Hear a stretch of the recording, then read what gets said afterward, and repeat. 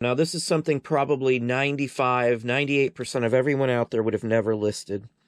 It doesn't look like much. It's missing some. It's been torn through. It's missing probably the bottom little section. It's missing the tip of the wing up there. You can tell from the back it's got some issues. It's missing stuff.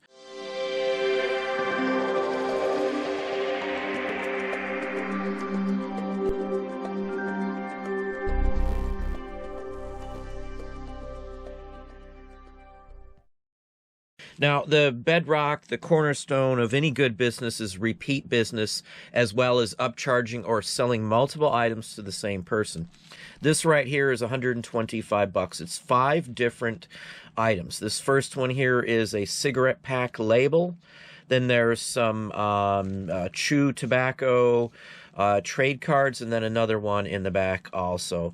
All together 125 bucks or so, plus shipping on this one. These folks buy religiously from us, constantly coming back. Now, odd items sell very well. This is $40, and this is 3 little stamps, basically. They're advertising businesses from St. Louis. These were super popular around the St. Louis Fair in 1904 era, that time frame, 03, 04. I've got hundreds and hundreds of these. We've probably sold, I don't know, $5,000 worth of just these types of poster stamps. Again, multi-item purchase to the same person.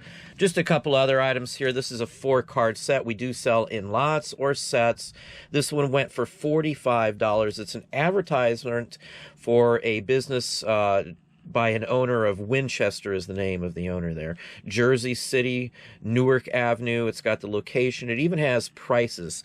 So this is a pricing card set. Again, there's 4 different cards, all looking very similar to this. And here's another set of 5 here. I think this one went for around 25 bucks. They're mandrake pills, which is like a quack medicine of the day. They sell okay, these types. The only reason this one sold, it was bought by a botanist who wanted the mandrake pill aspect of it. So I think, again, 25 bucks, 45 bucks. Buttons I sell all the time, every single day of my life. San Francisco police button right here. Didn't go for a ton of money, 12 bucks, but I've got dozens of them, so no big deal. This one here is a revenue cutter button. It's a long-defunct branch, and it has RCS as a Revenue Cutter Service is the designation. So Revenue Cutter.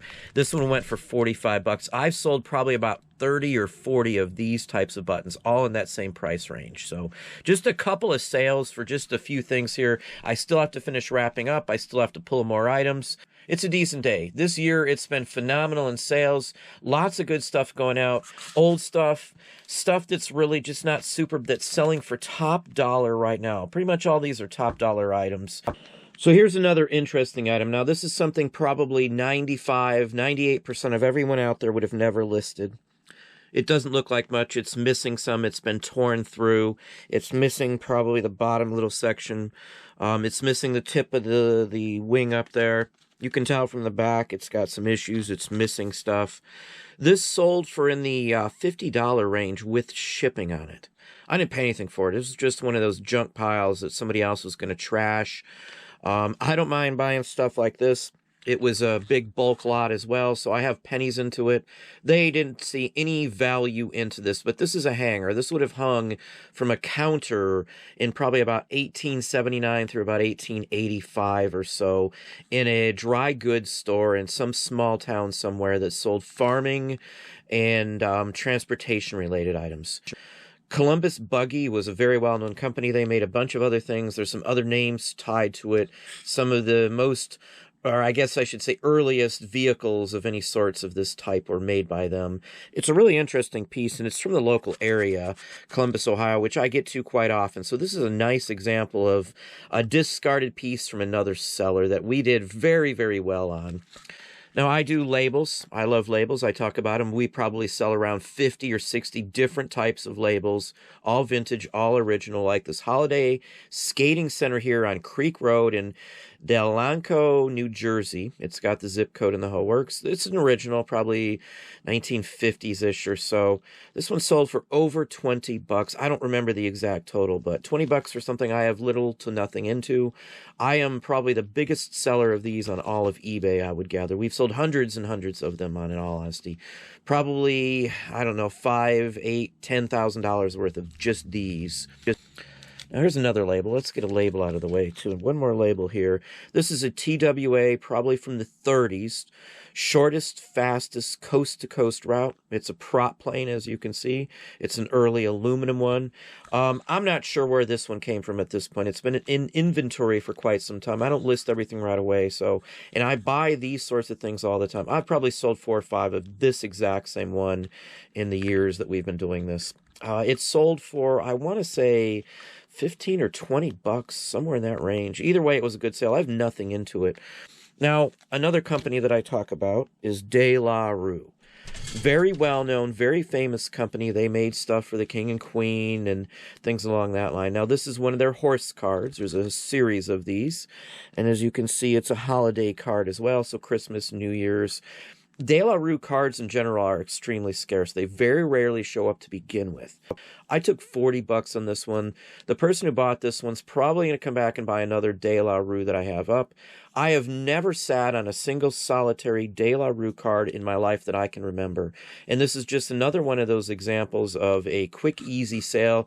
This was up for maybe 5 days at best. So it wasn't a quick sale, so it wasn't like I'm giving it away. 40 bucks for this is extremely good price. It's on the high end for some of these cards, but I don't let these go cheap. I went back and forth. I declined their first offer. I countered back 2 more times, and we settled on 40 with this card. I don't mind haggling. I don't mind trying to get a better price. I usually can get top dollar. If he wouldn't have taken the $40, I would have just declined it because it will sell.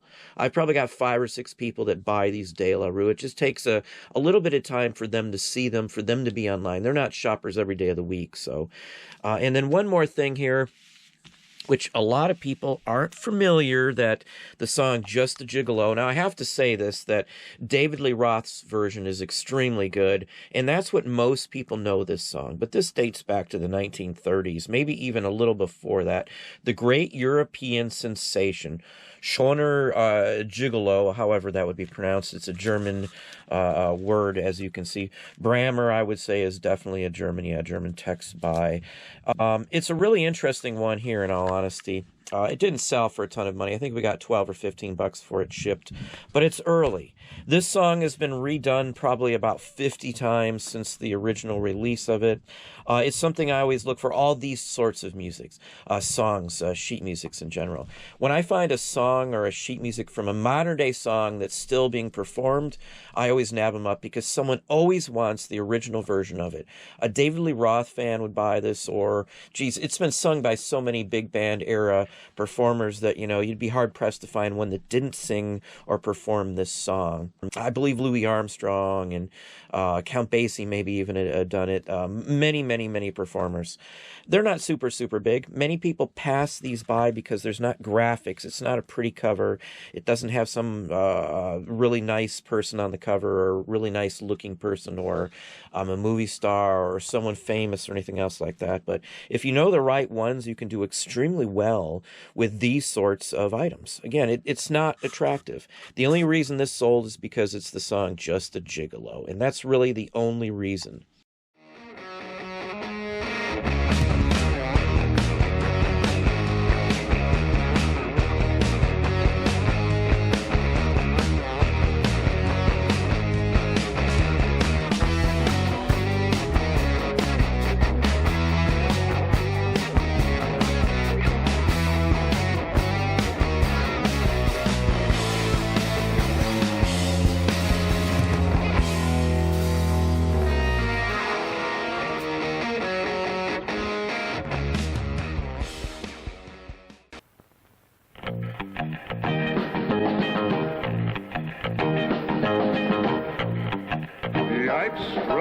Beechnut fruit stripe is the most deliciousest gum on earth. Maybe even in the world. Right. In the world, Fruit Stripe's got the 5 tastiest flavors in the universe. Right. Stripes, they're better than that. Right. And you know what? Fruit Stripe is Super A1 Stupendoramic. Right. And I'd like to further remark, it's fabulously sensationalistic. Right. Oh, I think it's lots better than that. Right. Fruit Stripe flavor really hangs on. Hangs on? Hangs on. It's the greatest, by gum. Right. Except for beechnut candy stripe. Oh, yeah. Sure. And beechnut cherry stripe. And frosty stripe. And grape stripe. Yikes, stripes. By Beechnut, by gum. Right.